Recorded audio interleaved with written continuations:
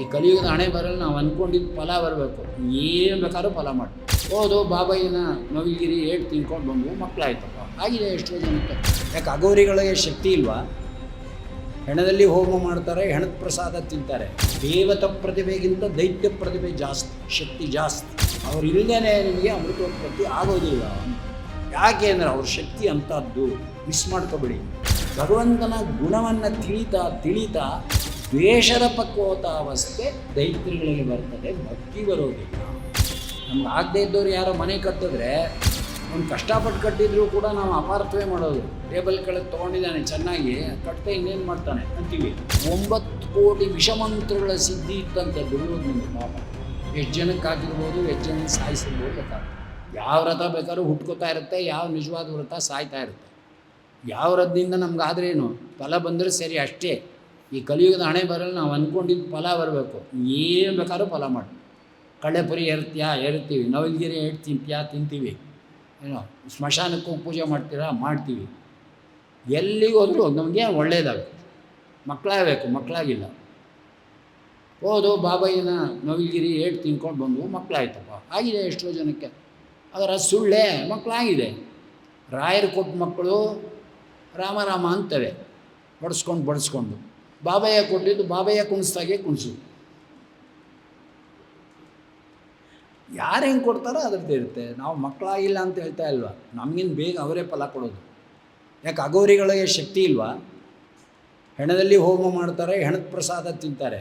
ಗೊತ್ತಾಯ್ತೇನು ಹೇಗಿರ್ತಾರೋ ಒಬ್ಬೊಬ್ಬರು ಅಂದರೆ ನೀವು ನೋಡಿಲ್ಲ ಅಂತ ಕಾಣುತ್ತೆ. ಕಾಶಿಗೆ ಹೋಗಿ ಒಬ್ಬ 25 ಜನ ಕುಡಿತಾನೆ. ಒಂದು ಕೈ ಹಿಂಗೆ ನೀಡಿದ ಅಂದರೆ 30 ಜನ ಆದರೂ ಮಡ್ಸೋಕ್ಕಾಗಲ್ಲ. 10 ಅಡಿ 15 ಅಡಿ ಎಗರ್ತಾನೆ. ಗೊತ್ತಾಯ್ತಾನೆ? ಅವನಿಗೇನು ಶಕ್ತಿ ಇಲ್ವಾ? ಬರೀ ಹೆಣದ ಬೂದಿ, ಹೆಣದ ಮಾಂಸ, ಭಂಗಿ ಇಷ್ಟು ಬಿಟ್ಟರೆ ಇನ್ನೇನಿಲ್ಲ ಅವರಲ್ಲಿ. ಮತ್ತು ಏನು ತಿಂತಾರೆ? ಅವು ಏನು ಬೇಕಾದ್ದು ಏನು ಡ್ರೈ ಫುಡ್ಡುಗಳೇನು, ಅದೇನು ಇದೇನು ಬೇಕ್ರಿ ಐಟಮ್ಸ್ಗಳೇನು ಏನು ತಿಂದರೂ ಅಂತ ಇರುತ್ತೆ. 600 ಶುಗರ್ ಇದ್ದಾಗ. ಯಾಕೆ? ಕೆಟ್ಟ ಶಕ್ತಿಗಳಿಗೆ ಒಳಗಡೆ ದೇವರೇ ಕೂತ್ಕೊಂಡು ಅದಕ್ಕೆ ಶಕ್ತಿ ಜಾಸ್ತಿ ಕೊಡ್ತಾರೆ. ಅದಕ್ಕೆ ದೈತ್ಯ ಪ್ರತಿಭೆ ಅಂತ ಹೆಸರು. ದೇವತ ಪ್ರತಿಭೆಗಿಂತ ದೈತ್ಯ ಪ್ರತಿಭೆ ಜಾಸ್ತಿ, ಶಕ್ತಿ ಜಾಸ್ತಿ. ಒಂದು ಸಣ್ಣ ಉದಾಹರಣೆ ಕೊಡ್ತೀನಿ. ಅದಕ್ಕೆ ಬೇರೆ ಬೇರೆ ಪುರಾಣ ಅದಕ್ಕೆ ಹೇಳೋಕ್ಕಾಗಲ್ಲ ಅಂತ ಮಧ್ಯ ತಗೊಳ್ಳೋದು. ಯಾಕೆ ದೈತ್ಯ ಶಕ್ತಿ ದೊಡ್ಡದು ಅಂದರೆ, ಮಥನವನ್ನು ಮಾಡಿದ್ದು ಕ್ಷೀರ ಸಮುದ್ರವನ್ನು ಎಲ್ಲ ದೇವರೇ ಮಾಡಿದ್ದು. ಬಾಲಸಾಗರವನ್ನು ಲೀಲೆಯಲ್ಲಿ ಕಡೆಯಲ್ಲೂ ಬಾಲೆ ಮಹಾಲಕ್ಷ್ಮಿ ಉದಿಸಿದಾಳೆ ಎಂದರು. ಕ್ಷೀರಸಾಗರವನ್ನು ಮಥನ ಮಾಡೋದು ದೇವರೇ ಹೇಳಿದ್ದು. ಅಮೃತ ಬರ್ತದೆ, ಅಮೃತ ಕುಡಿಸ್ಬಿಡ್ತೀನಿ, ಆಗ ನೀವು ದೇವದಾನವ ಯುದ್ಧದಲ್ಲಿ ನಿಮಗೆ ಯಾವತ್ತೂ ಸೋಲಿಲ್ಲದಿದ್ದಾಗ ಆಗುತ್ತೆ ಅಂತ. ಆಯಿತು ಅಂದರು. ಆಗ ದೇವತೆಗಳನ್ನು ಸೇರಿಸಿ ಕಡಿಸ್ಬೇಕಾಗಿತ್ತಲ್ವ. ದೈತ್ಯರನ್ನ ಕೈ ಬಿಡಬೇಡಿ ಇಂದ. ಇಲ್ಲ ನಮಗೂ ಅವ್ರಿಗೂ ಆಗಲ್ಲ ಅಂದರು. ಹೋಗಿ ಕರೆದುಬಿಟ್ಟು ಬನ್ನಿ ಇಂದ. ಇಲ್ಲ ಆಗಲ್ಲ ಅಂದರು. ಫ್ರೆಂಡ್ಶಿಪ್ ಬೆಳೆಸಿ ಇಂದ. ಫ್ರೆಂಡ್ಶಿಪ್ ಬೆಳೆಸಿ ಅವ್ರನ್ನ ಕರೆದು ಅವರಿಲ್ಲದೆ ನಿಮ್ಮ ಕೈಲಿ ಆಗಲ್ಲ ಇನ್ನು ಅವ್ರನ್ನೂ ಜೊತೆಗೆ ಸೇರಿಸ್ಕೊಂಡೇ ಕಡಿಬೇಕು. ಇದು ಕಡಿಯೋದು ನಾನಾದ್ರೂ ಕೂಡ ಹೆಲ್ಪ್ ಮಾಡ್ತೀನಿ ಅಷ್ಟೇ, ಅವ್ರು ಇಲ್ಲದೇ ನಿಮಗೆ ಅಮೃತೋತ್ಪತ್ತಿ ಆಗೋದಿಲ್ಲ. ಯಾಕೆ ಅಂದರೆ ಅವ್ರ ಶಕ್ತಿ ಅಂಥದ್ದು. ಮಿಸ್ ಮಾಡ್ಕೊಬೇಡಿ. ಹೋದರು, ಕೇಳಿದ್ರು, ಇಂದ್ರದೇವರು ಗೊತ್ತಾಯ್ತಾ ಎಲ್ಲ ನೋಡ್ದ. ಈಗ ಬಂದ್ರೆ ನಮ್ಮ ಹತ್ರಕ್ಕೆ ಅಂದರು. ಅವರು ಎಲ್ಲ ಸೇರಿಕೊಂಡ್ರು. ಸ್ನೇಹ, ಅಮೃತ. ಇವರು ಟೋಪಿ ಹಾಕ್ಬಿಟ್ಟು, ಈಗ ಅದೇ ತಾನೇ ಕಲಿಯುಗದ ಧರ್ಮ. ಬಾಯಲ್ಲಿ ಏನೋ ಒಂದು ಹೇಳ್ಬಿಡೋದು, ಟೋಪಿ ಹಾಕ್ಬಿಟ್ಟು ಅವ್ನು ಬಂದು ಕೂತ್ಕೊಂಡ್ಮೇಲೆ ಪವರ್ ಬರುತ್ತಲ್ಲ, ಪವರ್ ಬಂದಮೇಲೆ ಇನ್ನೊಂದು ಥರ ಟೋಪಿ ಹಾಕ್ಬೋದು.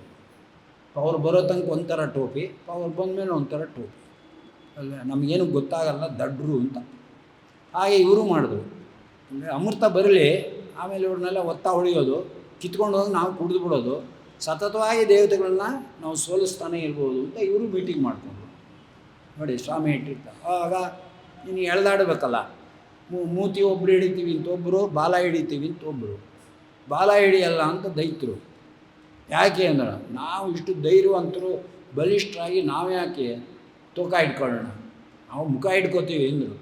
ತಥಾಸ್ತು ಅಂದ ಸ್ವಾಮಿ. ಬಲಿಷ್ಠರಪ್ಪ ನೀವು, ಜ್ಯೇಷ್ಠ ಪುತ್ರಗಳು, ಹಾಗೆ ಅಲ್ಲಿ ನೀವೇ ಹಿಡ್ಕೊಳ್ಳಿ ಇಂದ. ಅಂದರೆ ಕಾರೋದು ವಿಷ ಅಲ್ಲಿಂದಾನೇ ಬಾಲ್ದಿಂದಲ್ಲ. ಆ ವಿಷಯಕ್ಕೆ ಎಷ್ಟೋ ಜನ ಸತ್ತೋದ್ರು. ಅಂತೂ ಕಡಿದ್ರು, ಅಮೃತ ಬಂತು. ಇರಲಿ ಮುಂದಿನ ಕತೆ.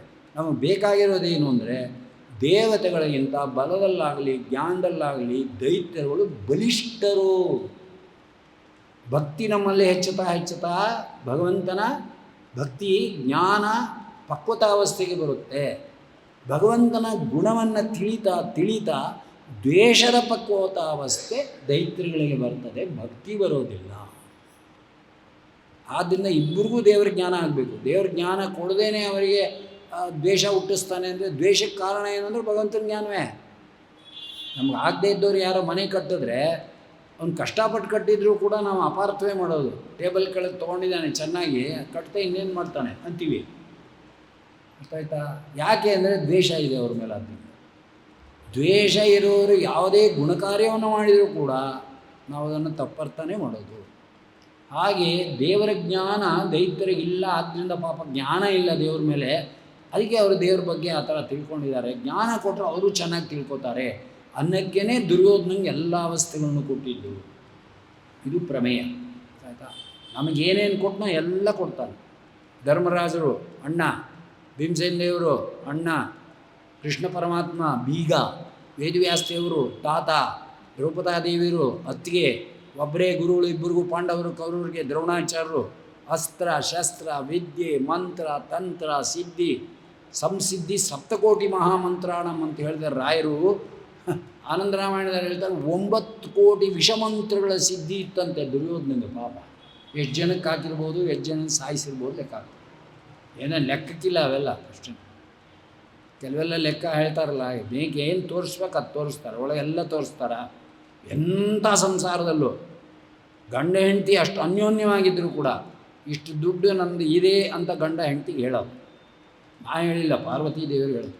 ನನಗೆಲ್ಲ ಹೇಳಿದಿರಿ ನೀವು ಇಷ್ಟು ಸಂಪತ್ತಿದೆ ಅಂತ? ಹೇಳಲ್ಲ ಅಂದರು ರುದ್ರದೇವ್. ಯಾಕೆ ಅಂದರು, ಭಗವಂತ ಮಾಡಿರೋ ನಿಯಮ, ಹಂಗೆ ಹೇಳಬಾರ್ದು. ಹಾಗೆ ನೀವು ಹೊಟ್ಟೋಗ್ಬಿಟ್ಟ ಮೇಲೆ ನಮಗೆ ಗೊತ್ತಾಗೋದು ಹೇಗೆ ಅಂದರು, ಮಾಡಿಲ್ವ ನಾಮಿನಿ ಅಂತ. ನಮ್ಮ ಅಲ್ಲಿ ಭಯ ಗಂಡಸಿದ್ದೇ ಇರುತ್ತೆ. ಆಯಿತಾ? ಎಲ್ಲ ಮಾಡಿಟ್ಟಿದ್ದೇನಪ್ಪ ಅವಳ ಹೆಸರಿಗೆ ಹೇಳಿಬಿಟ್ರೆ ಈಗಲೇ 8 ಬಳೆ ಅಂತಾಳೆ, ಬಂಗಾರ ಕಡಿಮೆ ಆಗಿದೆ ತೊಗೊಂಬಂಡ್ರಿ ಇತ್ತಾಳೆ. ಯಾವುದು ಮಾತಾಡೋಲ್ಲ, ಏನಿದೆಯಾ ಎಲ್ಲ ನಿಮ್ಮ ಕೈಗೆ ಕೊಟ್ಬಿಟ್ಟಿದ್ಮೇಲೆ ಕೈ ಮುಗಿದು ಅಂತ ಇರ್ತಾರೆ. ಆದರೆ ಹೆಂಡತಿಗೂ ತಿಳಿಸದೇ ಇರತಕ್ಕಂಥ ವಿಷಯಗಳು, ಹಣ ವಿಚಾರ, ದೇಹ ವಿಚಾರಗಳು ಎಲ್ಲನೂ ಸಂಸಾರದಲ್ಲಿ ಇರ್ತವೆ. ನಿಮ್ಮ ಮನಸ್ಸೊಳಗೆ ನೋಡ್ಕೊಳ್ಳಿ ಯಾವುದಿದೆ ಏನು ಅಂತ. ಯಾಕೆಂದರೆ ರಾಯರ ಮಾತದು. ರಾಯರ ಮಾತಾದ್ದರಿಂದ ನಮ್ಮಂಥ ಅವ್ರನ್ನೆಲ್ಲ ಹಳದು ಸುರಿದೆಲ್ಲ ಹಾಕ್ಬಿಟ್ಟಿರ್ತಾರೆ. ಅವ್ರಿಗಿಂತ ಮೇಲಿನವ್ರ ವಿಷಯ ಬಿಟ್ಬಿಡಿ, ನಮ್ಮದಂತೂ ಇರುತ್ತಲ್ಲ ಅವ್ರಿಗೆ. ಹಾಗೆಲ್ಲ ಹೇಳ್ತಕ್ಕಂಥ ಅವರಾಗಿದ್ದ. ಏನು ಈ ಕತೆ ಅಂತ ಕೇಳಿದರೆ, ದಶರಥ ಯವನಾಢ್ಯನಾಗಿದ್ದಾಗ ಈ ಕೈಕೆಯನ್ನು ಮದುವೆ ಮಾಡಿಕೊಂಡ, ಪರ್ಪಸ್ಫುಲಿ ಮಾಡಿಕೊಂಡ. ಯಾಕೆ ಅಂದರೆ ಮಕ್ಕಳಿಲ್ಲ. 1,000 ಜನ ಹೆಂಡ್ತಿರು ದಶರಥ ಮಹಾರಾಜನಿಗೆ. ಆದರೆ ಉಪಪತ್ನಿಯರು ಅವರೆಲ್ಲ, ಪ್ರಧಾನ ಪತ್ನಿಯರು ಕೌಸಲ್ಯ, ಕೈಕೇಯಿ, ಸುಮಿತ್ರ. ಈ ಪ್ರಧಾನ ಹೆಂಡತಿಲಿ ಮಕ್ಕಳಿಲ್ಲ. ಆ ಪ್ರಧಾನ ಹೆಂಡತಿಯಲ್ಲಿ ಮಕ್ಕಳಾದರೆ ರಾಜ್ಯ ಕಂಟಿನ್ಯೂ ಆಗುತ್ತೆ. ಉಪಪತ್ನಿಯರಲ್ಲಾದಂಥ ಮಕ್ಕಳಿಗೆ ಬೇರೆ ಆಸ್ತಿಗಳು ಕೊಡ್ಬೋದೇ ವಿನ ಸಿಂಹಾಸನಾಧಿಕಾರ ಎಂಬತಕ್ಕಂಥದ್ದು ಇಲ್ಲ. ಅದು ಇವತ್ತು ಕೆಲವು ಕಡೆ ಇದೆ. ಅದು ಒಂದು ನಿಯಮ, ಕೋರ್ಟಲ್ಲೂ ಒಪ್ಪಿದ್ದಾರೆ ಇವತ್ತು. ಅದು ಕೂಡ ಸೆಕ್ಷನ್ ಸೈಟೇಷನಲ್ಲಿ ಇವೆ. ಅದರಿಂದನೇ ಇದಕ್ಕೆ ಸಂಪ್ರದಾಯಗಳನ್ನು ಕರೀತಾನೆ, ರಿಲಿಜಿಯಸ್ ರೈಟ್ಸ್ ಅಂತ. ಅದ್ರ ಬಗ್ಗೆ ಕೋರ್ಟ್ ಮಾತಾಡೋರು, ನೀವು ಮಾತಾಡ್ಕೋಬೇಕು. ಎಷ್ಟು ವಿಷಯ ಬೇಕೋ ಕೋರ್ಟ್ಗೆ ಅಷ್ಟು ಹಾಕ್ಬೋದು. ನಮ್ಮಿಂದ ಅವರಿಗೆ ಬಾಧಕ ಆಗ್ತಾ ಇದೆ, ತಪ್ಪಿಸ್ಕೋಬೇಕು ಅಂದರೆ ಕಂಪ್ಲೇಂಟ್ ಅಷ್ಟೇ. ತಿರ್ಗಾ ಮುಂದೆ ಧರ್ಮದಿಂದ ಕಂಟಿನ್ಯೂ ಆಗಬೇಕು. ಧರ್ಮ ಬಿಟ್ಬಿಟ್ಟು ತಿರ್ಗಾ ಕೋರ್ಟ್ ಹೇಳ್ದವನು ಸ್ವಾಮಿ, ಕೋರ್ಟ್ ಹೇಳ್ದವನು ಪೀಠಾಧಿಪತಿ, ಕೋರ್ಟ್ ಹೇಳ್ದವನು ಅಂದ್ರೆ ಹಾಗಾದ್ರೆ ನಾವು ಕೋರ್ಟಿಂದನೇ ಪೂಜೆ ಮಾಡಿಸ್ಕೊಳ್ಳಿ, ಅದಕ್ಕೆ ನಾವು ಯಾಕೆ ಬೇಕು ಅಂತ ಜನ ಕೇಳಿಬಿಡ್ತಾರೆ. ಹಾಗೆ ಹೇಳಕ್ಕೆ ಬರಲ್ಲ. ಹಾಗೆಲ್ಲ ಹೇಳ್ತಕ್ಕಂಥ ಅವರಾಗಿದ್ದಾರೆ. ಮಕ್ಕಳಿಲ್ಲ. 1 ಆಯಿತು, 2 ಆಯಿತು, 3ನೇದು ಯಾಕೆ ಮಾಡಿಕೊಂಡ ಅಂದರೆ ವಿಶೇಷ ಪ್ರೇಮ. ಯಾಕೆ ಪ್ರೇಮ ಅಂತಂದರೆ ಅಷ್ಟೊತ್ತಿಗಾಗಲೇ ಸ್ವಲ್ಪ ವಯಸ್ಸಾಗಿತ್ತು ದಶರಥ ಮಹಾರಾಜ.